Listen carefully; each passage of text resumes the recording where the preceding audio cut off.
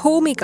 ആദികാലം മുതൽക്കേ മാനവൻ തന്റെ കഴിവിനനുസരിച്ച് പരിപൂർണ സമാധാനത്തിന്റെയും സന്തോഷത്തിന്റെയും അമരത്വത്തിന്റെയും അന്വേഷണത്തിൽ ഏർപ്പെട്ടിരിക്കുകയാണ്. എന്നാൽ അവന്റെ ഈ ആഗ്രഹം ഇന്നേ വരെ പൂർണ്ണമായി നേടിയെടുക്കാൻ സാധിച്ചിട്ടില്ല. ഇതിന് മുഖ്യ കാരണം ഇത് നേടിയെടുക്കാനുള്ള വഴിയെക്കുറിച്ചുള്ള അവന്റെ അറിവില്ലായ്മ, അജ്ഞത തന്നെ. എല്ലാ ജീവജാലങ്ങളും ആഗ്രഹിക്കുന്നത് ഒരേ ഒരു കാര്യം മാത്രം: യാതൊരു ജോലിയും ചെയ്യാതിരിക്കുക, സ്വാദിഷ്ട ഭക്ഷണം, ധരിക്കാൻ നല്ല വസ്ത്രം, പാർക്കാൻ മണിമാളിക, ചുറ്റിക്കറങ്ങാൻ മനോഹരമായ ഉദ്യാനം, പാട്ട്, നൃത്തം, കളികൾ, ചാട്ടം ഇവയിലൂടെ മനസുഖം നേടുക, ഒരിക്കലും വൃദ്ധാവസ്ഥ ഉണ്ടാകാതിരിക്കുക, ഒരിക്കലും മരണം സംഭവിക്കാതിരിക്കുക എന്നിവയാണ്. എന്നാൽ നാം വസിക്കുന്ന ഒരിടത്തും ഇപ്രകാരമുള്ള ഒരവസ്ഥ ദർശനീയമല്ല. ഇത് ഒരിക്കലും സംഭവ്യമല്ല. കാരണം ഈ ലോകം നശ്വരമാണ്. ഇവിടത്തെ ഓരോ വസ്തുവും നശ്വരങ്ങളാണ്.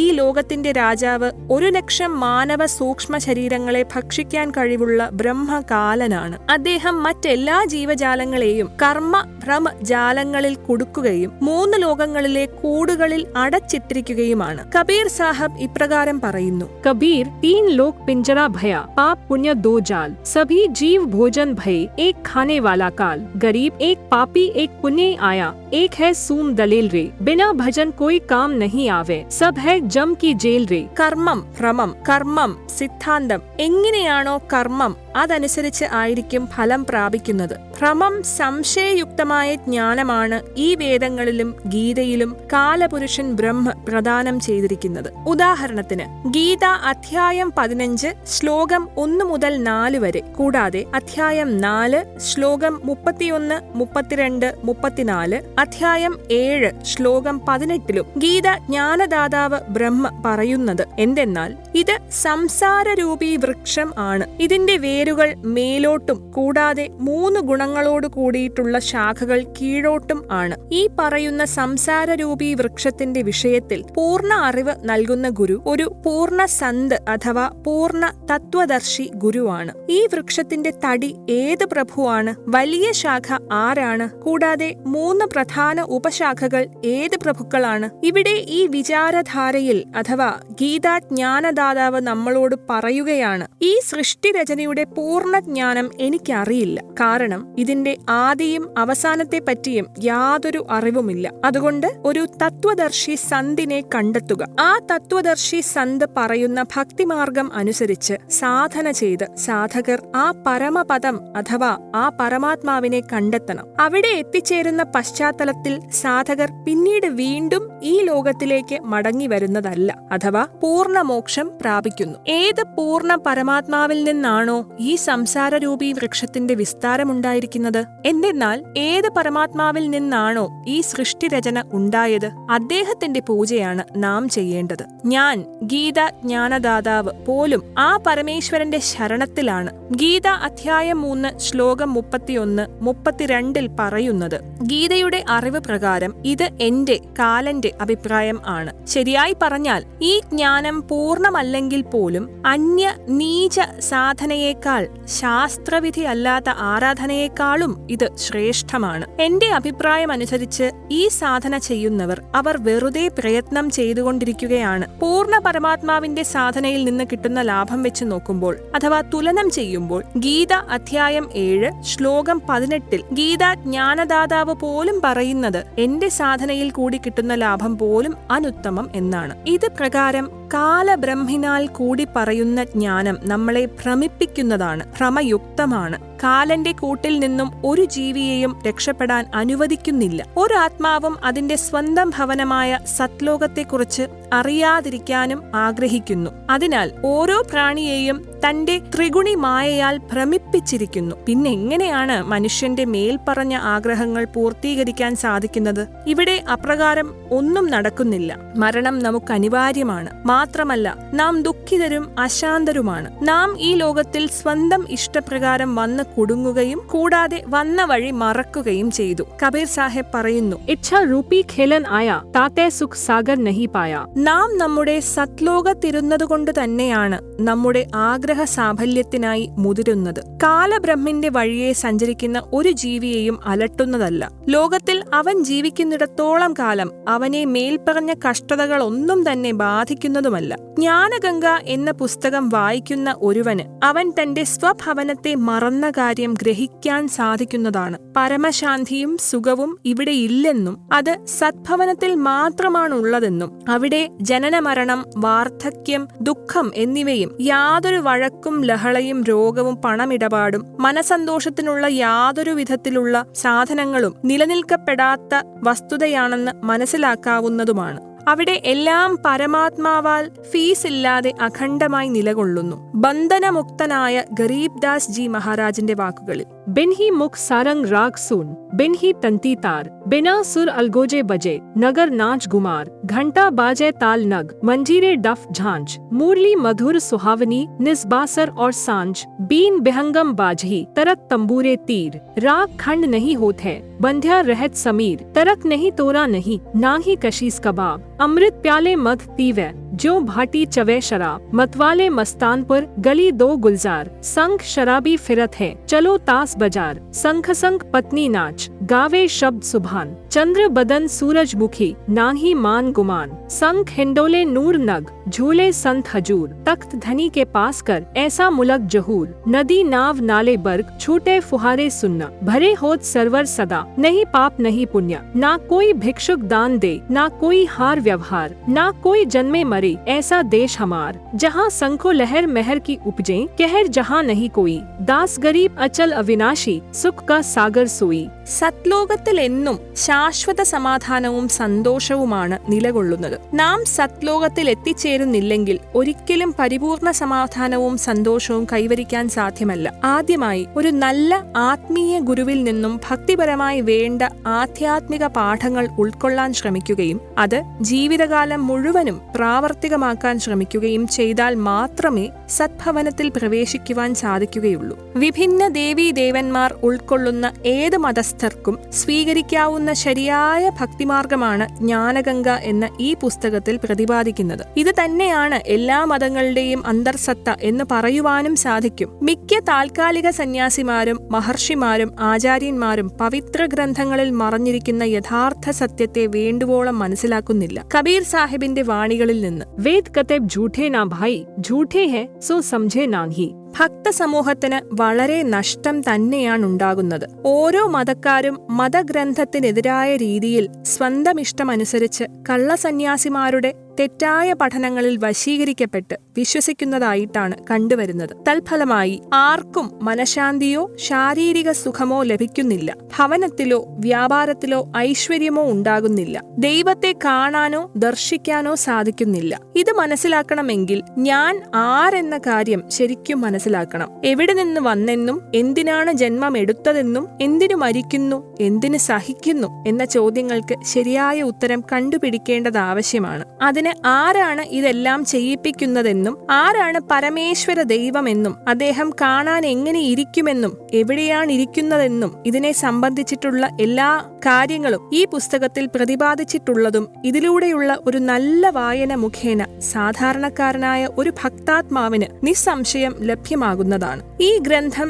സദ്ഗുരു രാംപാൽജി മഹാത്മാവിന്റെ സന്ദേശവചനങ്ങളുടെ സമാഹാരമാണ്. ഇതിലൂടെയുള്ള ഒരു പഠനയാത്ര ഒരു ഭക്തന് ക്ഷേമപ്രദമാണെങ്കിൽ പരിപൂർണമായി വിശ്വസിക്കേണ്ടതാണ്. आत्मप्राण उद्धार ही ऐसा धर्म नहीं और कोटि अश्वमेघ यज्ञ सकल समाना भौर, जीव उद्धार परम पुण्य ऐसा कर्म नहीं और മരുസ്ഥൽ കെ മകെ ജ്യോം സബ് മർ ഗയേ ദൗർ ദൗർ. ഭാവാർത്ഥം അഥവാ ഒരു ആത്മാവ് സദ്ഭക്തി ചെയ്തു ഈ മാർഗത്തിൽ വന്നുകൊണ്ട് അയാളുടെ ആത്മകല്യാണം ചെയ്യുകയാണെങ്കിൽ അവന് ലഭിക്കുന്ന ഫലത്തിന് 1 കോടി അശ്വമേധ യാഗത്തിന്റെ ശക്തിയായിരിക്കുന്നതെന്നും മറ്റൊരു ധർമ്മവും ഇതിന് തുല്യമായിരിക്കുന്നതുമല്ല. ഒരാത്മാവിനെ സത്ലോകത്തിലേക്ക് കൊണ്ടുവരിക എന്നതാണ് പരമമായ കർമ്മം. പക്ഷി മൃഗാദികളെല്ലാം ദിവസം മുഴുവനും തങ്ങളുടെ വയറു നിറയ്ക്കാനുള്ള തത്രപ്പാടിലാണ്. അതുപോലെ തന്നെയാണ് യാതൊരു ഗുണനിലവാരമില്ലാതെ പ്രവർത്തിക്കുന്ന മനുഷ്യന്റെ അവസ്ഥയും. ഗുണകരമായ പ്രവൃത്തിയും ഏറ്റവും മാന്യതയുള്ളതാണ്. അതായത് മനുഷ്യൻ ഒരു ഗുണകരമായ പ്രവൃത്തിയും ചെയ്യാതെ ജീവിതകാലം മുഴുവൻ അങ്ങകലെ കാണുന്ന വെള്ളത്തിനു വേണ്ടി ഓടി ഓടി തളർന്നവശയാകുന്ന ഒരു മാൻപേടയെപ്പോലെ അവൻ കാണുന്നതോ എങ്ങും മരുഭൂമി മാത്രം. വീണ്ടും അകലെ വെള്ളമുള്ളതായി തോന്നുന്നു. അവസാനം മാൻപേട ദാഹിച്ച് വലഞ്ഞ് മരണപ്പെടുന്നു. ഇതുപോലെ തന്നെയാണ് നാം വസിക്കുന്ന കാലലോകത്തിലെ മനുഷ്യനും സന്തോഷത്തിനായി ഓടി ഓടി തളർന്ന് അവശനാകുന്നു. ഉദാഹരണത്തിന്, ഒരു മനുഷ്യൻ വിചാരിക്കുന്നു, എനിക്കൊരു കുഞ്ഞായാൽ ഞാൻ ഭാഗ്യവാനാണ്, അവനിലൂടെ ആനന്ദപൂർണമായ ജീവിതം ആസ്വദിക്കാമെന്നാണ്. ഇത് അവരുടെ തെറ്റായ വ്യാമോഹം മാത്രമാണ്. ഒരു രാജാവിനോ മുഖ്യമന്ത്രിക്കോ പ്രധാനമന്ത്രിക്കോ പ്രസിഡന്റിനോ സന്തോഷം എന്നത് സ്വപ്നം മാത്രമാണ്. ഉദാഹരണത്തിന്, 4-5 അംഗങ്ങളുള്ള ഒരു കുടുംബം നടത്തിക്കൊണ്ടു പോകാൻ ദുഷ്കരമായി തീരുന്നതുപോലെ തന്നെ എന്ന സാരം. ഒരു രാജാവ് ഒരു ദേശത്തിന്റെ തലവനാണ്. ജനങ്ങളിലെ സന്തോഷപൂർണ ജീവിതവും സ്വപ്നത്തിൽ മാത്രമായിരിക്കും.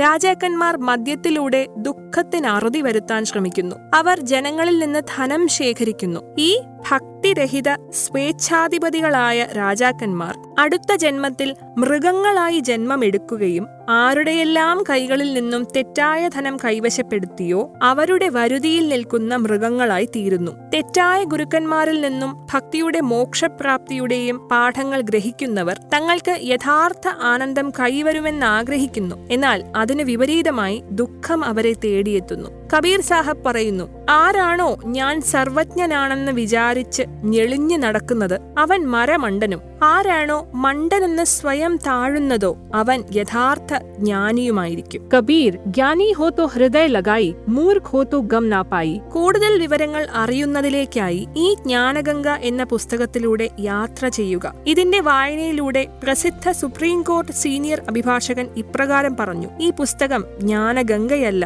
ജ്ഞാനസാഗരമാണ്, അറിവിന്റെ സാഗരം. കലിയുഗത്തിൽ സത്യയുഗം. സന്ത് രാംപാൽജിയുടെ സത്സംഗിൽ നിന്ന് ഒരു തിന്മയുമില്ലാത്ത കാലത്തെയാണ് സത്യയുഗമെന്ന് പറയുന്നത്. അവിടെ സമാധാനമുണ്ട്. ഒരു മകൾ ഒരിക്കലും വിധവയാകുന്നില്ല. ശരീരം രോഗഗ്രസ്തമാകുന്നില്ല. എല്ലാ മനുഷ്യരും ഭക്തന്മാരായിരിക്കും. അവർ ദൈവത്തെ ഭയപ്പെട്ട് ജീവിക്കുന്നു. കാരണം അവർക്ക് ദൈവീക ശക്തിയെക്കുറിച്ചുള്ള അഗാധമായ പാണ്ഡിത്യമുണ്ട്. അവർ ഒരിക്കലും വേദനിക്കുന്നവരെ മനസ്സാലോ പ്രവൃത്തിയാലോ വാക്കാലോ മുറിവേൽപ്പിക്കുന്നില്ല. മാത്രമല്ല അവർ ക്രൂരരുമല്ല. പുരുഷനും സ്ത്രീയും ജതി സതി എന്നറിയപ്പെടുന്നത് അവിടെ വൃക്ഷങ്ങളുടെ അപാരമായ ശേഖരമാണുള്ളത്.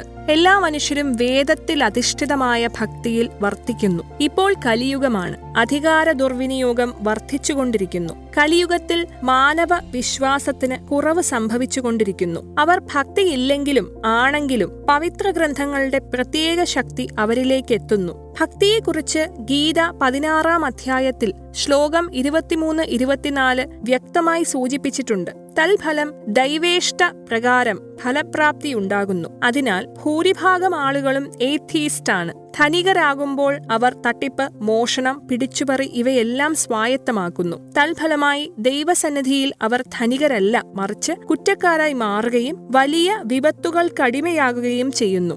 ദൈവനിയമത്തെ മറക്കുന്നവന് ഒരിക്കലും സംതൃപ്തി നേടിയെടുക്കാൻ സാധ്യമല്ല. ഒരാൾ തെറ്റായ മാർഗത്തിലൂടെ നേടുന്ന സമ്പത്ത് നിലനിൽക്കില്ല. ഈ തെറ്റായ സമ്പത്ത് അവന്റെ മകനും അനുഭവയോഗ്യമാകില്ല. കുറച്ചു ദിവസത്തിനുള്ളിൽ തന്നെ അവന്റെ 2 കിഡ്നികളും പ്രവർത്തനരഹിതമായി. ഒരു കിഡ്നി മാറ്റിവെച്ചു. അതിന് 3 ലക്ഷം രൂപ ചെലവായി. മാത്രമല്ല അയാൾ തെറ്റായ സമ്പാദ്യം മുഴുവനും ഇതിനുവേണ്ടി ചെലവായി. കടവും വന്നു ചേർന്നു. അയാൾ മകനെ വിവാഹം കഴിപ്പിച്ചു. 6 മാസത്തിനുള്ളിൽ അയാളുടെ മകൻ ബസ് ആക്സിഡന്റിൽ മരണമടഞ്ഞു. ഇവിടെ നാം കാണുന്നത് തെറ്റായ സമ്പാദ്യം നേടിയ വ്യക്തിക്ക് സ്വന്തം മകനെ രക്ഷിക്കാനോ നേടിയ പണം സംരക്ഷിക്കാനോ സാധിച്ചില്ല എന്ന കാര്യമാണ്. എന്താണ് ബാക്കിയുള്ളത്?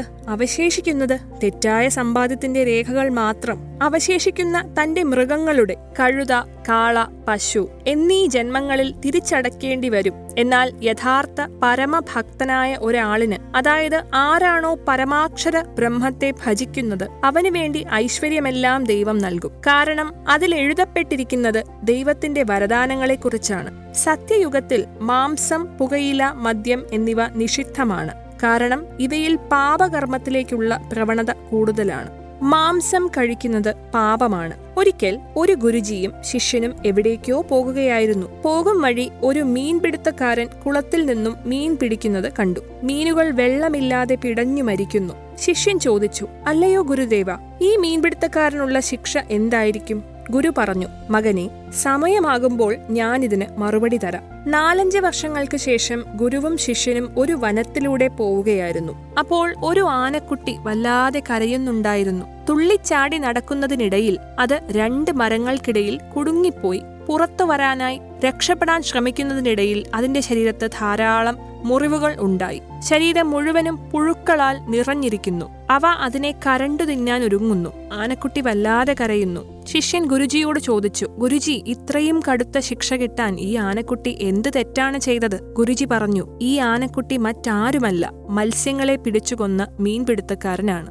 മദ്യപാനം വളരെ വലിയ പാപമാണ്. ഒരിക്കൽ മദ്യപിക്കുന്ന ആൾക്ക് 70 പ്രാവശ്യം നായയായി ജനിക്കണം. അത് മലമൂത്ര വിസർജന വസ്തുക്കളെ അന്വേഷിച്ച് കറങ്ങി നടക്കും. അയാൾ മറ്റനേകം കഷ്ടപ്പാടുകളിലൂടെ സഞ്ചരിക്കേണ്ടതും ശരീരത്തിന് നിരവധി അസ്വസ്ഥതകളും നേരിടേണ്ടതുമാണ്. ശരീരത്തിലെ പ്രധാനപ്പെട്ട 4 അവയവങ്ങളാണ് ശ്വാസകോശം, കരൾ, കിഡ്നി, ഹൃദയം എന്നിവ.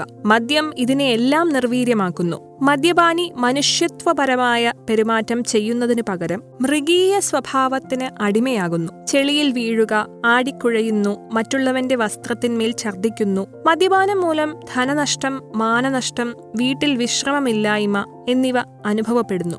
സത്യയുഗത്തിൽ മദ്യപാനം നിഷിദ്ധമാണ്. സത്യയുഗത്തിൽ എല്ലാ മനുഷ്യരും ദൈവനീതിക്കനുസൃതരാണ്. തന്മൂലം അവർ ആനന്ദപൂർണമായ ജീവിതം ആസ്വദിക്കുന്നു. गरीब मदिरा पीवे कड़वा पानी 70 जन स्वान के जानी. സ്ത്രീ പീഡനം എത്ര വലിയ അപരാധമാണ്. परद्वारा स्त्री का खोले 70 जन्म अंधा हो डोले. പരമാത്മാവായ കബീർ സാഹിബ് ഇപ്രകാരം പറഞ്ഞിട്ടുണ്ട്, ആരാണോ പരസ്ത്രീയോട് മോശമായി പെരുമാറുന്നത് അവൻ 70 ജന്മങ്ങളിൽ അന്ധനായിരിക്കും. എന്നാൽ ബുദ്ധിമാൻ ഒരിക്കലും ഈ ദൗർഭാഗ്യത്തിന് അടിമപ്പെടില്ല.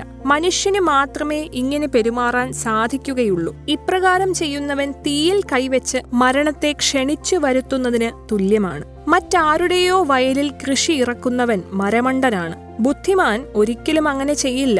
അതുപോലെ വേശ്യയുടെ അടുത്തു പോകുന്നത് ഒരു വിലപിടിപ്പുള്ള ബാഗു നിറയെ ഗോതമ്പ് ചവറിലെ തീയിലേക്ക് വലിച്ചെറിയുന്നത് പോലെയാണ്. ബുദ്ധിമാൻ ഒരിക്കലും അങ്ങനെ പ്രവർത്തിക്കില്ല. മദ്യപാനിയും നാണം കെട്ടവനുമായ ഒരുവന് മാത്രമേ ഇങ്ങനെ ചെയ്യാൻ സാധിക്കുകയുള്ളൂ. ഇങ്ങനെ പ്രവർത്തിക്കുമ്പോൾ ശരീരത്തിന്റെ ഒരു പദാർത്ഥം നഷ്ടപ്പെട്ടിട്ട് ലഭിക്കുന്ന സന്തോഷമാണ്. എന്നാൽ നഷ്ടപ്പെടുന്ന പദാർത്ഥം ശരീരത്തിനുള്ളിലുണ്ടെങ്കിൽ എന്തുമാത്രം സന്തോഷമുണ്ടാകാൻ ഇടയാകും. ഇത് ശരീരത്തിന് ദീർഘായുസ്സും ആരോഗ്യമുള്ള ശരീരവും ദൃഢമായ മനസ്സും മൂല്യവും മഹാനതയും പ്രദാനം ചെയ്യുന്നു. ഒരു വസ്തു മുഖേന ഒരു പ്രതിഭാവാനായ കുട്ടി നശിക്കുകയാണെങ്കിൽ അത് ആ കുട്ടിയെ കൊല്ലുന്നതിന് സമമാണ്. അതിനാൽ ചെറുപ്പകാലത്തെ അനാവശ്യമായ ലൈംഗിക പ്രവൃത്തികളെല്ലാം പാടെ മറക്കേണ്ടതാണ്. പുകയില എത്ര ദോഷകരമാണ്. പരമാത്മാവായ കബീർജി പറഞ്ഞു, सुरापान मध्य मांसाहारी गमन करे भूगे पर नारी. 70 जन कटत है शिशम. साक्षी साहिब है जगदीशम. पर द्वारा स्त्री का खोले 70 जन्म अंधा हो डोले. 100 नारी जारी करे सुरापान 100 बार. एक चिलम हुक्का भरे डूबे काली धार. മേൽ പറഞ്ഞ പ്രകാരം ഒരു മദ്യപാനി 70 ജന്മം നായയായി ജനിക്കുകയും വിസർജന വസ്തുക്കളും മൂത്രവും ഭക്ഷിക്കേണ്ടതായും വരുന്നു. അതുപോലെ തന്നെ പരസ്ത്രീയുമായി വേഴ്ച നടത്തുന്നവൻ 70 തവണ അന്ധനായി ജന്മമെടുക്കണം. അതുപോലെ തന്നെ മാംസഭുക്കുകൾക്ക് കഠിനമായ വിഷമതകളെ തരണം ചെയ്യേണ്ടതായി വരുന്നു. മാരകമായ പാപങ്ങൾ ചെയ്യുന്നതിന് തുല്യമായി തന്നെ പുകയിലയുടെ ഉപയോഗവും ഒരിക്കലും സുഖപ്രദമായ കാര്യമല്ല. പുകയില, ഹുക്ക, സിഗരറ്റ്, ബീഡി മുതലായവ വിവിധ പുകയില കൊണ്ടുള്ള വസ്തുക്കളുടെ ഉപയോഗവും ഒരിക്കലും സുഖപ്രദമല്ല തന്നെ. ഈ ഉപയോഗിക്കുന്ന ആൾ മാരകമായ പാപത്തിനടിമയാകുന്നു. പുകയിലയ്ക്കടിമയായ ഒരു മകന്റെ ശരീരം മുഴുവൻ പുക പടരുകയും അതിലൂടെ അവന്റെ കുഞ്ഞുമക്കൾക്ക് അപകടകരമായ രോഗത്തിന് വഴിതെളിക്കുകയും ചെയ്യുന്നു. അങ്ങനെയുള്ള കുഞ്ഞുങ്ങൾക്ക് ശ്വാസസംബന്ധമായ തടസ്സങ്ങളുണ്ടാകുകയും അവർ അനാരോഗ്യരായി തീരുകയും ചെയ്യുന്നു.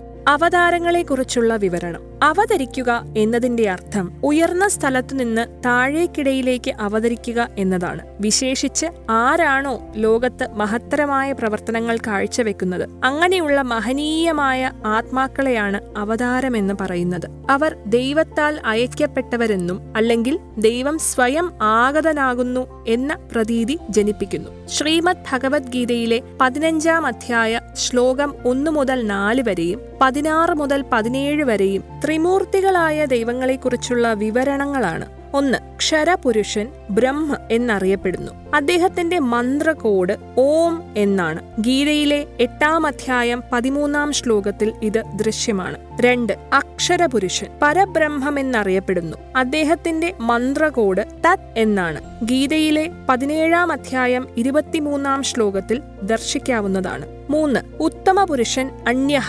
അദ്ദേഹവും പൂർണ്ണ ബ്രഹ്മ എന്ന് തന്നെ അറിയപ്പെടുന്നു. അത് മറ്റാരുമല്ല, മുകളിൽ വിവരിച്ച 2 പുരുഷന്മാരും ഉൾക്കൊണ്ടിരിക്കുന്ന മൂന്നാമൻ. ഇദ്ദേഹം പരമാക്ഷര ബ്രഹ്മത്തെ ഗീതയിലെ അധ്യായം 8 ശ്ലോകം 3-ൽ ഇതിനെക്കുറിച്ച് പ്രതിപാദിച്ചിരിക്കുന്നു. അദ്ദേഹത്തിന്റെ മന്ത്രകോഡ് സത് എന്നാണ്. ഇദ്ദേഹത്തോടുള്ള പരമഭക്തിയാൽ ഒരു ഭക്തന് ആത്മശാന്തിയും അപാരമായ സ്വർഗീയ അനുഭൂതിയും ലഭിക്കുന്നതാണ്. ഇതിന്റെ തെളിവ് ഗീതയിലെ അധ്യായം 18 ശ്ലോകം 62 നൽകുന്നു. ഈ പരമദൈവം പരമാക്ഷര ബ്രഹ്മ ഗീതയുടെ വക്താവിൽ നിന്നും അന്യമാണ്. ഗീതയെക്കുറിച്ചുള്ള യഥാർത്ഥ അറിവിലേക്കായി ദയവായി സത്ലോക ആശ്രമം ബർവാലയിലെ ഗീത തേരാ ജ്ഞാൻ അമൃത് എന്ന പുസ്തകം വായിക്കുക. 2 വിധത്തിലുള്ള അവതാരങ്ങളെക്കുറിച്ച് മുകളിൽ പ്രസ്താവിച്ചിട്ടുണ്ട്. നിങ്ങൾ മനസ്സിലാക്കേണ്ടത് 3 മുഖ്യ പുരുഷന്മാർ, അതായത് ദൈവങ്ങളെക്കുറിച്ചാണ്. പ്രധാനമായും ഇതിൽ 2 ദൈവങ്ങൾ നമുക്ക് വേണ്ടി തങ്ങളുടെ അഭിനയങ്ങൾ നടത്തുന്നു. 1. ക്ഷരപുരുഷൻ ബ്രഹ്മ, അതായത് ഗീത അധ്യായം 11 ശ്ലോകം 32-ൽ സ്വയം അവനവനെ തന്നെ കാലൻ ആണെന്ന് പറയുന്നു. 2. പരമ അക്ഷരപുരുഷൻ പരം അക്ഷര ബ്രഹ്മ. ഇതിന്റെ വിഷയത്തിൽ ഗീത അധ്യായം 8 ശ്ലോകം 3-ൽ കൂടാതെ 8, 9, 10-ലും ഗീത അധ്യായം 4 ശ്ലോകം 17-ൽ ഗീത അധ്യായം 15 ശ്ലോകം 1-ലും കൂടാതെ ഗീത അധ്യായം 18 ശ്ലോകം 62-ലും ഇതിനെക്കുറിച്ച് പറഞ്ഞിരിക്കുന്നു.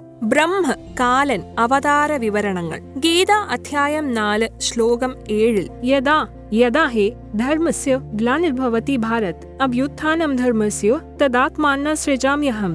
സാരാംശം: അല്ലയോ ഭാരത, എപ്പോഴെല്ലാം നീതി നിഷേധിക്കപ്പെടുകയും അധർമ്മം കളിയാടുകയും ചെയ്യുന്നുവോ അപ്പോഴെല്ലാം ഞാൻ അവതരിക്കുന്നു. ശ്രീ മഹാഭാരതത്തിലെ ഗീത അധ്യായത്തിന്റെ വക്താവ് ഇപ്രകാരം പറയുന്നു: സത്യത്തിന് ഹാനി സംഭവിക്കുമ്പോൾ, വിദ്വേഷം വളരുമ്പോൾ, അധർമ്മം വർദ്ധിക്കുമ്പോൾ കാലനാകുന്ന ഞാൻ ബ്രഹ്മ അഥവാ ക്ഷരപുരുഷൻ അവതരിക്കുന്നു. ഇതുപോലെയാണ് ശ്രീരാമചന്ദ്രജിയും ശ്രീകൃഷ്ണജിയും അവതാരം ചെയ്യപ്പെട്ടത്, അവതരിച്ചത്. അവർ 2 പേരും വിഷ്ണുവിന്റെ അവതാരകമായി കരുതപ്പെടുന്നു. ഇതുപോലെയുള്ള 8 അവതാരകങ്ങളും ഉണ്ടായിട്ടുണ്ട്. വിഷ്ണുജി സ്വയം അവതരിക്കുന്നില്ല. അതിനുപകരം തന്റെ യഥാർത്ഥ ഭക്താത്മാക്കളെ തന്റെ ലോകത്തിൽ നിന്നും അയക്കുന്നു. അവരെ അവതാരങ്ങളായി കണക്കാക്കപ്പെടുന്നു. പുരാണങ്ങളിലെ ചില സ്ഥലങ്ങളിൽ ഇതുപോലുള്ള 25 അവതാരങ്ങളെക്കുറിച്ച് സൂചിപ്പിക്കുന്നുണ്ട്. കാലബ്രഹ്മ ക്ഷരപുരുഷൻ ലോകത്തിലെ അധർമ്മത്തെ തന്റെ ശക്തിയാൽ ഇല്ലാതാക്കുന്നു. ഉദാഹരണത്തിന് ശ്രീരാമചന്ദ്രനും ശ്രീകൃഷ്ണനും ശ്രീ പരശുരാമനും ശ്രീ നിഹകലങ്ജി കലിയുഗ അവസാനത്തിൽ വരുന്നവൻ ലോകത്തിലെ അനീതിയെ ഭയങ്കരമായ മാസ്മര നാശത്തിലൂടെ സംഹരിക്കുന്നു. അധർമ്മികളെ കൊന്നിട്ട് ലോകത്ത് സമാധാനം പുനഃസ്ഥാപിക്കുന്നു. സമാധാന സ്ഥാപനത്തിനായി പ്രവർത്തിക്കുമ്പോൾ വിശ്രമമില്ലായ്മ അനുഭവപ്പെടുന്നു. ശ്രീരാമചന്ദ്രൻ ജി രാവണനുമായി യുദ്ധം ചെയ്തപ്പോൾ കോടിക്കണക്കിന് ശിഷ്യന്മാരും ദുഷ്ടന്മാരും കൊല്ലപ്പെട്ടു. തന്മൂലം അവരുടെ ഭാര്യമാരും കൊച്ചുകുഞ്ഞുങ്ങളും നിരാലംബരാകുകയും അവരുടെ ജീവിതം നരകതുല്യമാകുകയും ചെയ്തു. മറ്റുള്ള പുരുഷന്മാർ ആ വിധവകളെ തങ്ങളുടെ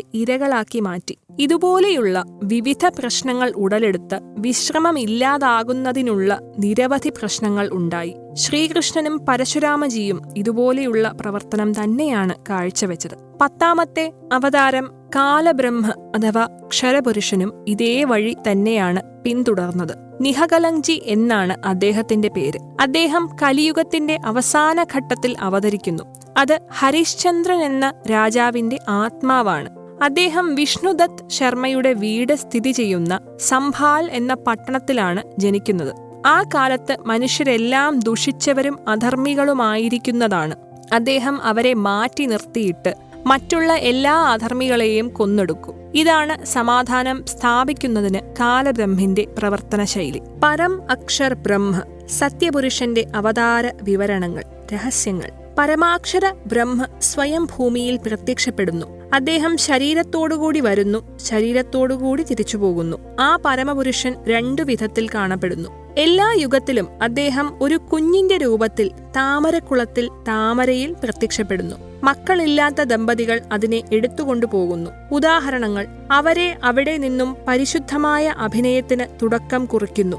അവൻ വളരുന്നു. ഭക്താത്മാവിന്റെ ആത്മീയ ചിന്തയാൽ അവൻ അധർമ്മത്തെ ഇല്ലാതാക്കുന്നു. താമരയിൽ കുടിയിരിക്കുന്നതുകൊണ്ട് അവൻ നാരായണൻ എന്ന് വിളിക്കപ്പെടുന്നു.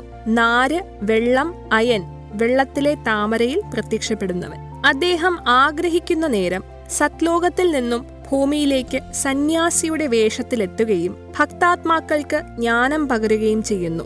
തദവസരത്തിൽ ആ പവിത്ര ആത്മാക്കളും തങ്ങൾക്ക് ലഭിച്ച അറിവിന്റെ വെളിച്ചത്തിൽ അധർമ്മ നിഗ്രഹരായി മാറുന്നു. അവരെല്ലാം തന്നെ പരമദൈവത്താൽ അയക്കപ്പെട്ട അവതാരങ്ങളാണ്. കലിയുഗത്തിലെ മെയ് ജൂൺ മാസത്തിലെ പൗർണമി രാത്രിയിൽ 1455 വർഷം 1398 പരമദൈവമായ കബീർജി സത്ലോകത്തിൽ നിന്നും ഇറങ്ങി വന്ന് കാശിയിലെ ലഹർതാര എന്ന കുളത്തിലെ താമരപ്പൂവിൽ ഇരുന്നു. നീരു, നീമ എന്ന മക്കളില്ലാത്ത ദമ്പതിമാർ, നെയ്ത്തുകാർ അവിടെ നിന്നും കുഞ്ഞിനെ സ്വന്തമാക്കി. പരമദൈവമായ കബീർ ദേവനായ ശിശുരൂപം 25 ദിവസം വരെ യാതൊരു ആഹാരവും കഴിച്ചില്ല. നീരുവും നീമയും ബ്രാഹ്മണരായിരുന്നു, ശിവഭക്തരുമായിരുന്നു. പിന്നീട് അവർ മുസ്ലിങ്ങളുടെ പ്രേരണയാൽ മുസ്ലിമായി മാറി. അവർ നെയ്ത്തിലൂടെ ഉപജീവനമാർഗം കണ്ടെത്തി. കുഞ്ഞിന്റെ അത്യാസന്ന നില കണ്ടിട്ട് നീമ തന്റെ ഇഷ്ടദേവനായ ശിവജിയെ ഓർത്ത് പ്രാർത്ഥിച്ചു. ശിവഭഗവാൻ അവിടെ ഒരു സന്യാസിയുടെ വേഷത്തിലെത്തുകയും പരമാത്മാവായ കബീറിനെ കുഞ്ഞിന്റെ രൂപത്തിൽ കിടക്കുന്നതായി കാണുകയും ചെയ്തു. കബീറിന്റെ ശിശുരൂപം പറഞ്ഞു, അല്ലയോ ശിവജി, അവരോട് ഒരു പശുക്കിടാവിനെ വാങ്ങിക്കാൻ പറയൂ. അത് അങ്ങയുടെ അനുഗ്രഹത്താൽ പാൽ തരുമല്ലോ. അപ്രകാരം തന്നെ നടന്നു. ഒരു പശുക്കിടാവിനെ കൊണ്ടുവന്നു. ശിവജി അതിന്റെ മുതുകിൽ തലോടിയപ്പോൾ പാലരുവി തന്നെ ഉണ്ടായി. ഒരു മൺകലം പശുവിന്റെ അകിടിനടിയിൽ വെച്ച് കലം നിറഞ്ഞപ്പോൾ പാൽ ഒഴുക്ക് നിന്നു. എല്ലാ ദിവസവും ഇപ്രകാരം തന്നെ തുടർന്നു. അകിടിൽ നിന്നും വരുന്ന പാൽ പരമദൈവമായ കബീർ പതിവായി കുടിച്ചിരുന്നു. ഒരു നെയ്ത്തുകാരന്റെ വീട്ടിൽ ജനിച്ചതുകൊണ്ടാണ് ഇങ്ങനെ സംഭവിച്ചത്. കബീർജി വളർന്ന് നെയ്ത്ത് ജോലിയിൽ ഏർപ്പെട്ടു. അദ്ദേഹം തന്റെ ഭക്തരെ കാണുകയും അവർക്ക് വേണ്ട തത്വജ്ഞാനം നൽകുകയും ചെയ്തു. തത്വജ്ഞാനത്തിലൂടെ ജീവനുള്ള സന്യാസിയായിരിക്കുമ്പോൾ മഹാത്മ അധർമ്മത്തെ നശിപ്പിക്കാനുള്ള വഴിയും ഉപദേശിച്ചു. ഭക്തന്മാരെ സച്ച് കണ്ട് സത്യലോകത്തിൽ കൊണ്ടുപോകുകയും തിരികെ ഭൂമിയിലേക്ക് കൊണ്ടുവരികയും ചെയ്തു. ആത്മീയ ജ്ഞാനം അവരെ ഉയർത്തുകയും തന്നിലേക്ക് ആവാഹിക്കുകയും ചെയ്തു. അവരെല്ലാവരും പരമദൈവമായ കബീർജിയുടെ സത്യപുരുഷന്റെ അവതാരങ്ങളായിരുന്നു. അവരെല്ലാവരും കബീർജിയുടെ ജ്ഞാനറിവിനാൽ അധർമ്മത്തെ ഇല്ലാതാക്കുന്നതിൽ മിടുക്കരായിരുന്നു. അവരെല്ലാവരും 1. ആദരണീയനായ ധർമ്മദാസ്ജി, 2. ആദരണീയനായ മലുക് ദാസ്ജി, 3. ആദരണീയനായ നാനക് ദേവ് സാഹിബ് ജി, സിഖ് മത സ്ഥാപകൻ, 4. ആദരണീയനായ ദാദു സാഹബ് ജി, 5. ആദരണീയനായ ഗരീബ് ദാസ് ജി, ചുഡാണി ഗ്രാമം, ജില്ല ജജർ, ഹരിയാന, 6. ആദരണീയനായ ഖീസാദാസ് സാഹിബ് ജി, ജില്ല മീററ്റ്, ജില്ലയിലെ ഖേക്കട എന്ന ഗ്രാമത്തിലെ ഉത്തർപ്രദേശ്. മേൽ പറഞ്ഞവരെല്ലാം തന്നെ പരമ അക്ഷര ബ്രഹ്മത്തിന്റെ സത്യപുരുഷൻ അവതാരങ്ങളാണ്. അവർ തങ്ങളുടെ കർത്തവ്യം നിർവഹിച്ച് കടന്നുപോയി. അവർ അധർമ്മത്തെ നശിപ്പിച്ചു. ഇത് വളരെ കാലത്തേക്ക് ജനഹൃദയങ്ങളിൽ നിറഞ്ഞു നിന്നു. ഇന്നും സന്യാസിമാരുടെ കുറവൊന്നുമില്ല. എങ്കിലും സമാധാനത്തിന്റെ പ്രകാശം ഒരിടത്തുമില്ല. അതിനു കാരണം സന്യാസിമാരുടെ തെറ്റായ വേദ ആരാധനാ ക്രമങ്ങളാണ്. ഇതിനാൽ നാട്ടിൽ അധർമ്മം കളിയാടുന്നു.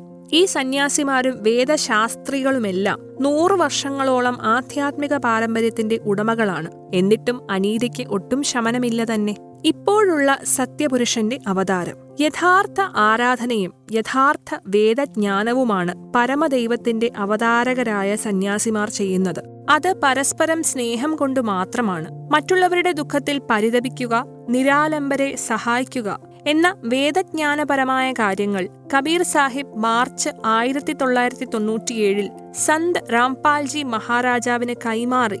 അന്ന് രാവിലെ 10 മണി പ്രഥമ ഫാൽഗുൻ, അതായത് പൂർണ്ണചന്ദ്രൻ തുടങ്ങുന്ന ആദ്യ ദിവസം പരമദൈവം കബീർജി സത്ലോകത്തിൽ നിന്ന് വരികയും രാംപാൽജിക്ക് സത്നാമവും സാരനാമവും നൽകി, അതായത് ആധ്യാത്മിക ജ്ഞാനവും ദൈവ തേജോനാമവും ലോകത്തിൽ വ്യാപിക്കാനുള്ള നിർദ്ദേശം കൊടുത്ത് അപ്രത്യക്ഷനായി. സന്ത് രാംപാൽജി മഹാരാജ് അവരിലൊരാളായ അവതാരം തന്നെയാണ്. അതായത് പരമപുരുഷൻ. അദ്ദേഹം തന്റെ അപാരമായ ജ്ഞാനദൃഷ്ടി ഉപയോഗിച്ച് ലോകത്തിൽ അധർമ്മത്തെ നശിപ്പിച്ചുകൊണ്ടിരിക്കുന്നു. ആളുകൾ അവർ വിഭിന്ന മതക്കാരാണെങ്കിലും മറ്റ് കുലത്തിലുള്ളവരാണെങ്കിലും പരസ്പര ധാരണയോടെ സ്നേഹിച്ചു കഴിഞ്ഞു പോകുന്നു.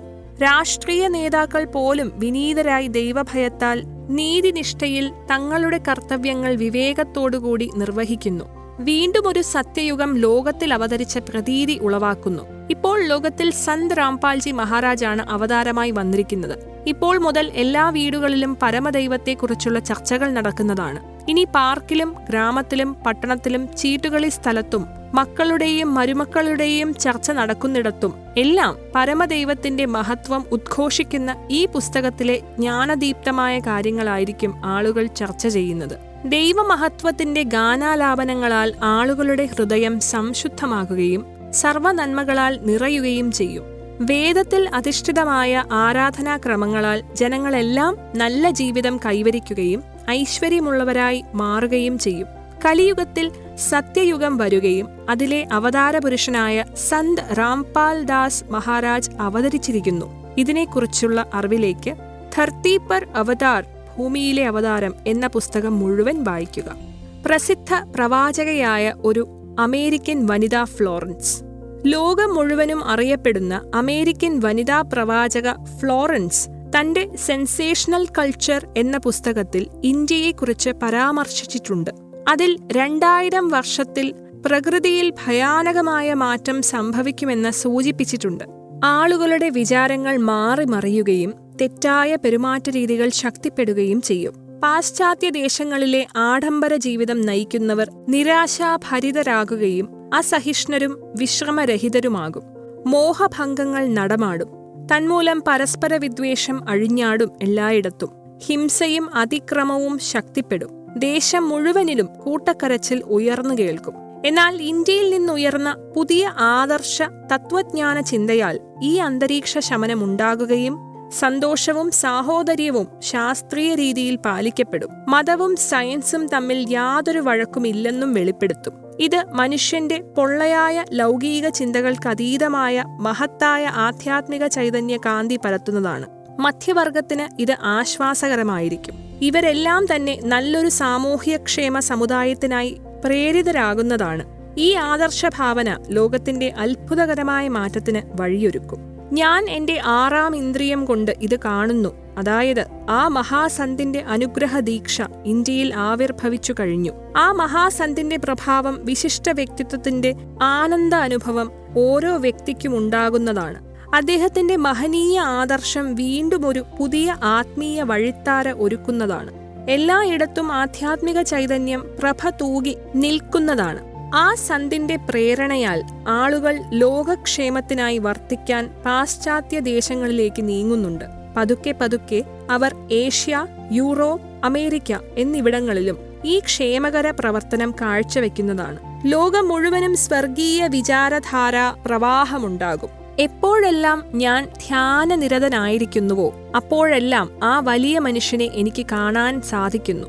സന്തിന്റെ വിചാരധാരയിൽ പ്രഭാവിതരായിക്കൊണ്ട് ജനം വിശ്വത്തിന്റെ കല്യാണത്തിന് വേണ്ടി പടിഞ്ഞാറോട്ട് പോകേണ്ടതുണ്ട്. വളരെ സാവധാനം ഏഷ്യ, യൂറോപ്പ്, അമേരിക്ക തുടങ്ങി എല്ലായിടത്തും പരക്കുന്നതാണ്. ആ സന്തിന്റെ വിചാരധാരയിൽ പ്രഭാവിതരായിക്കൊണ്ട് വിശ്വം മുഴുവനും പ്രഭാവിതം ആകുന്നതാണ്.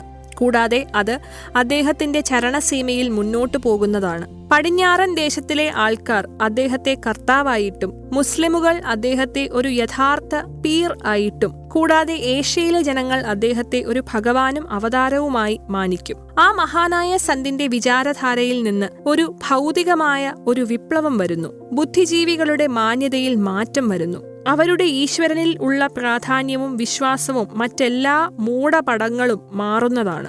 ഫ്ലോറൻസിന്റെ അഭിപ്രായത്തിൽ അദ്ദേഹം ഭാരതത്തിൽ ജന്മമെടുത്തു കഴിഞ്ഞിരിക്കുന്നു. അവർ ഈ സന്തിനാൽ വളരെയധികം ആകാംക്ഷാഭരിതയായിരുന്നു. അവരുടെ മറ്റൊരു പുസ്തകത്തിൽ ഗോൾഡൻ ലൈറ്റ് ഓഫ് ന്യൂ എറ അവർ എഴുതിയിരിക്കുന്നത്. ഞാൻ എപ്പോഴെല്ലാം ധ്യാനത്തിലിരിക്കുന്നുവോ അന്നേരം എല്ലാ അവസരത്തിലും ഒരു സന്ധിനെ കാണുന്നു. തങ്കപ്പെട്ട നിറമാണ്, വെളുത്ത തലമുടിയുണ്ട്. അദ്ദേഹത്തിന്റെ മുഖത്ത് താടിയോ മീശയോ ഇല്ല. അദ്ദേഹത്തിന്റെ മുഖത്ത് ഉഗ്ര തേജസ് കാണപ്പെടുന്നു. അദ്ദേഹത്തിന്റെ നെറുകയിൽ ആകാശത്തിൽ നിന്ന് ഒരു നക്ഷത്രത്തിന്റെ പ്രത്യേക പ്രകാശകിരണങ്ങൾ നിരന്തരം വീണുകൊണ്ടിരിക്കുന്നു. ഞാൻ കണ്ടുകൊണ്ടിരിക്കുന്നു. അതായത് ഈ സന്ത് അദ്ദേഹത്തിന്റെ മംഗളകരമായ വിചാരധാരയിലും കൂടാതെ അദ്ദേഹത്തിന്റെ പാതയിൽ സഞ്ചരിക്കുന്ന ചരിത്ര പ്രബല അനുയായികളുടെ ശക്തിയാൽ സമ്പൂർണ്ണ വിശ്വത്തിൽ ഒരു പുതിയ ജ്ഞാനത്തിന്റെ പ്രകാശം പരത്തുന്നതാണ്. ഈ സന്ത് അദ്ദേഹത്തിന്റെ സ്വന്തം ശക്തി നിരന്തരം വ്യാപിപ്പിച്ചുകൊണ്ടിരിക്കുകയാണ്. അദ്ദേഹത്തിന്റെ ആ ശക്തിയിൽ ഈ പ്രകൃതിയുടെ പരിവർത്തനം പോലും സാധ്യമാണ്. അദ്ദേഹം അദ്ദേഹത്തിന്റെ കാര്യം ശാസ്ത്രീയമായ രീതിയിൽ മാത്രമേ ചെയ്യുകയുള്ളൂ.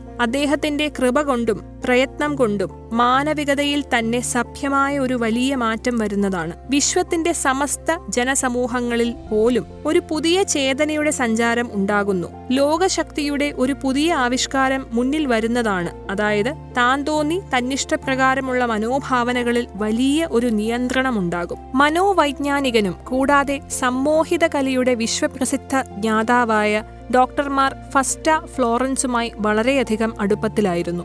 ഒരിക്കൽ അവർ അദ്ദേഹത്തിനോട് പോലും ഒരു കാര്യം പറഞ്ഞു. ആ സമയം അനുദിനം വളരെ അടുത്തുകൊണ്ടിരിക്കുകയാണ്. ഇന്ന് കാണുന്ന രാഷ്ട്രീയ നേതാക്കളുടെ വിശ്വാസം അങ്ങേപോലെയുള്ള അഭിപ്രായങ്ങൾ വ്യക്തമായി കണക്കിലെടുക്കുന്നു.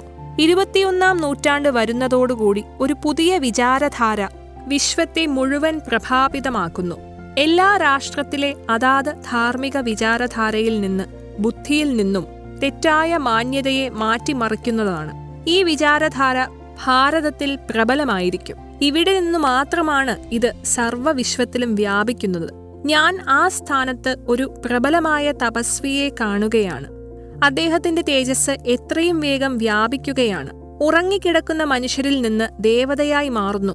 ഭൂമിയിൽ സ്വർഗം പോലെയുള്ള ഒരു വ്യവസ്ഥ ഉണ്ടാകുന്നു. അതിനുവേണ്ടി അദ്ദേഹം ദിനരാത്രം പ്രയത്നിക്കുന്നു. ഇപ്രകാരം 1964 ലോറൻസിനോട് ചോദിക്കപ്പെട്ടിരിക്കുന്നു. അതായത് ഭാവിയിൽ വിശ്വത്തിന്റെ ഭൂതകാലത്തെക്കുറിച്ച് പറയാമോ എന്ന്. അതിന്റെ മറുപടിയിൽ അവർ അന്ന് പറഞ്ഞത് 1970-ന്റെ ആരംഭം മുതൽ വ്യാപകമായി ഒരു അസ്ഥിരതയുണ്ടാകാൻ പോകുന്നു. 1979-80 ശേഷം വലിയ ഭൂകമ്പത്താൽ ന്യൂജേഴ്സിയുടെ കുറച്ചു ഭാഗങ്ങളും കൂടാതെ യൂറോപ്പിന്റെയും ഏഷ്യയുടെയും ദേശങ്ങളുടെ സ്ഥാനം ഭൂകമ്പത്താൽ നശിക്കുന്നതാണ്. കുറച്ചു ഭാഗങ്ങൾ ജലത്തിനടിയിലാകുന്നു. മൂന്നാം ലോകത്തിന്റെ ഒരു വിപ്ലവധാര എല്ലാവരുടെയും ബുദ്ധിയിൽ വന്നിരിക്കുകയാണ്. കൂടാതെ ഇവരെല്ലാം യുദ്ധത്തിന് ഒരുക്കങ്ങൾ പൂർത്തീകരിക്കുകയും ചെയ്യുന്നു. പക്ഷേ ഭാരതത്തിന്റെ ഉന്നതരായ രാജ്യനേതാക്കളുടെ പ്രഭാവം കൊണ്ട്, ബുദ്ധി കൊണ്ടും മൂന്നാമത്തെ ലോകമഹായുദ്ധം നിഷ്ഫലമാക്കി കളയുന്നു. മൂന്നാം ലോകമഹായുദ്ധത്തിന്റെ ആരംഭത്തിൽ തന്നെ ഭാരതത്തിൽ ശാസനയിൽ ആധ്യാത്മിക പ്രവൃത്തിയുടെ പിൻബലത്താൽ ആണ് ഇത് നിയന്ത്രിക്കപ്പെടുക. അതിനാൽ യുദ്ധങ്ങളിൽ നിന്ന് സംരക്ഷിക്കപ്പെടും. ഈ ശാസനം ഒരു മഹാനായ സന്ധിനാൽ മാറ്റിമറിക്കപ്പെടുന്നതാണ്. അവർ ആ സന്ധിനാൽ ആ സമയം സമർപ്പിതരായിരിക്കും. എപ്രകാരമാണോ വാഷിംഗ്ടൺ സ്വതന്ത്രവും അതുപോലെ തന്നെ മാനവികതയ്ക്ക് വേണ്ടി സമർപ്പിതമായിരിക്കുന്നത് പോലെ. അമേരിക്കയിലെ ന്യൂജേഴ്സി എന്ന പട്ടണത്തിൽ വസിക്കുന്ന ഫ്ലോറൻസ് യഥാർത്ഥത്തിൽ ഒരു വിലക്ഷണമായ ഒരു മഹിളയായിരുന്നു. ഒരു അവസരത്തിൽ നേബൽ എന്ന വ്യക്തി ഒരു TV പ്രോഗ്രാമിൽ കൂടി അവരോട് ചോദിക്കുന്നു.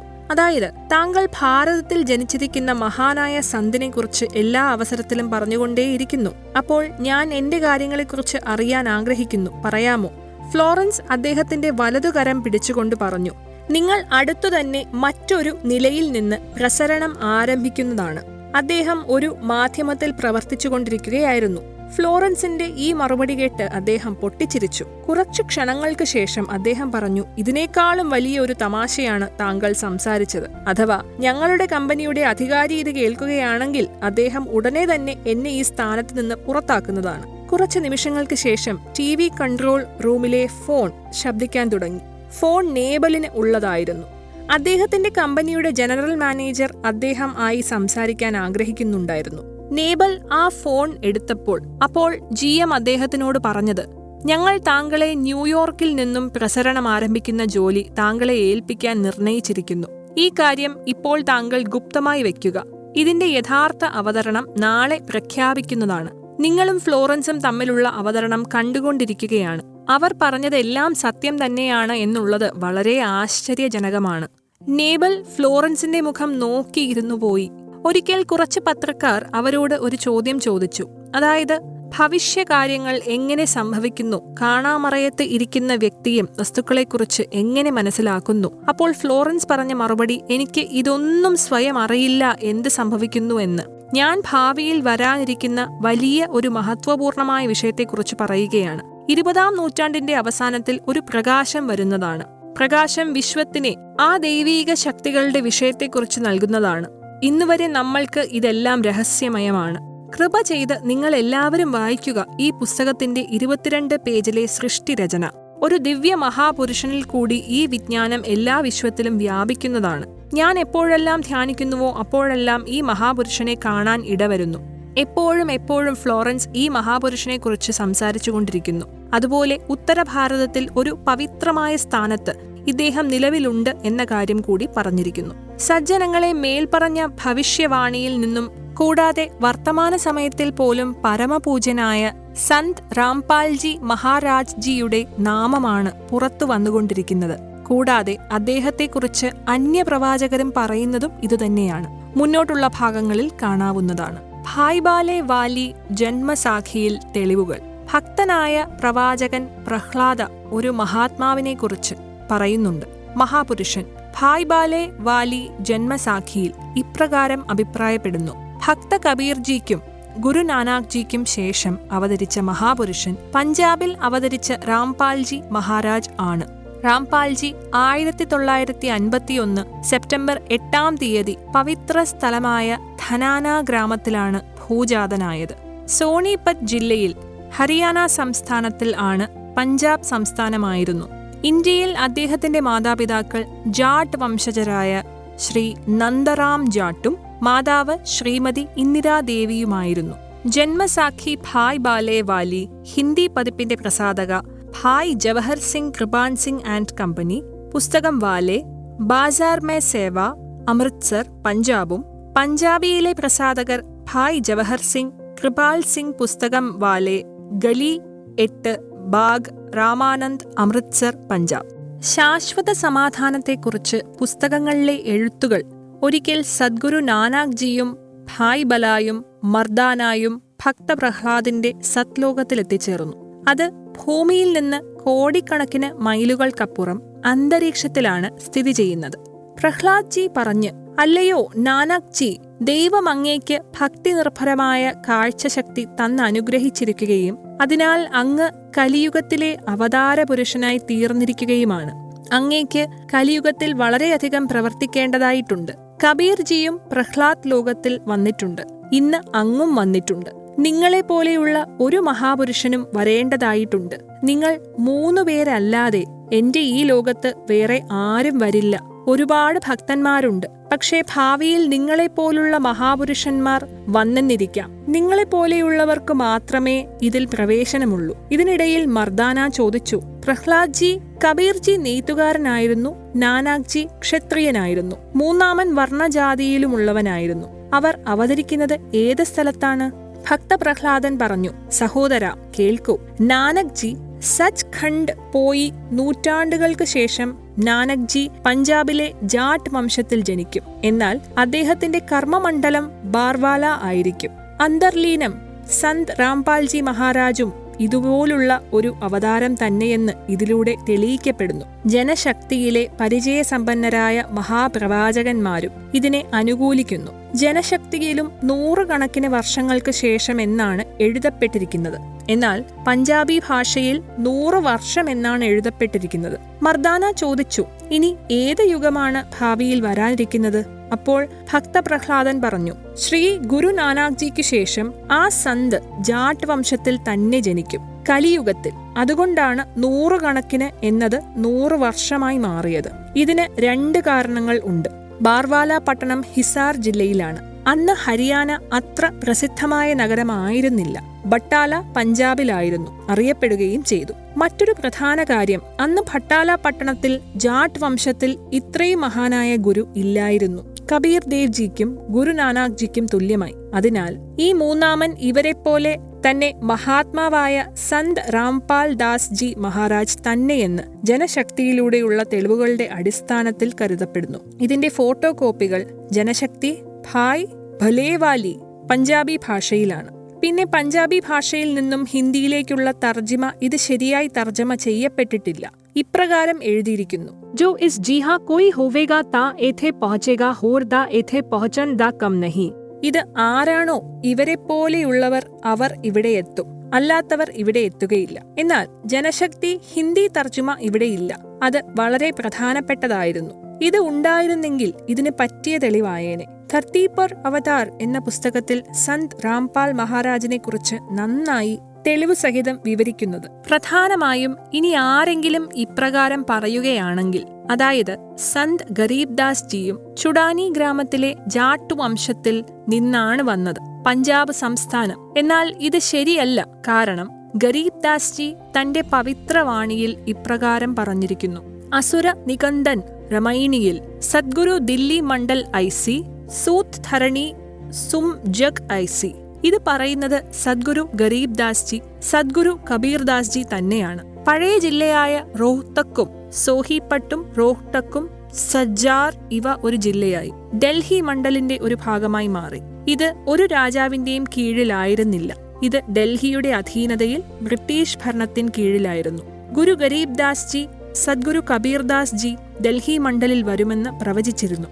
അദ്ദേഹം ആളുകളെ യഥാർത്ഥ ഭക്തിയിലേക്ക് നയിക്കും. ഓർമ്മിക്കുക, ഇതിനെ ഇല്ലാതാക്കാൻ കാലന്റെ സന്ദേശവാഹകർ തെറ്റായ പ്രചരണം കബീർ സാഹബന് എതിരായി നടത്തും. കബീർ ദാസ് ജി ഇതിനെ തന്റെ അവതാരമായ ഗരീബ് ദാസ് ജി, ഇന്ന് കാണുന്ന ഗരീബ് ദാസ് ജിയുടെ വാണിയിലൂടെ ഉപയോഗിച്ച് നിർവഹിക്കും. ഇത് കബീർ സാഗറിന്റെ എഡിറ്ററായ യോഗാനന്ദ ബൈഹാരി മുഖേന സ്ഥിരീകരിക്കപ്പെട്ടതാണ്.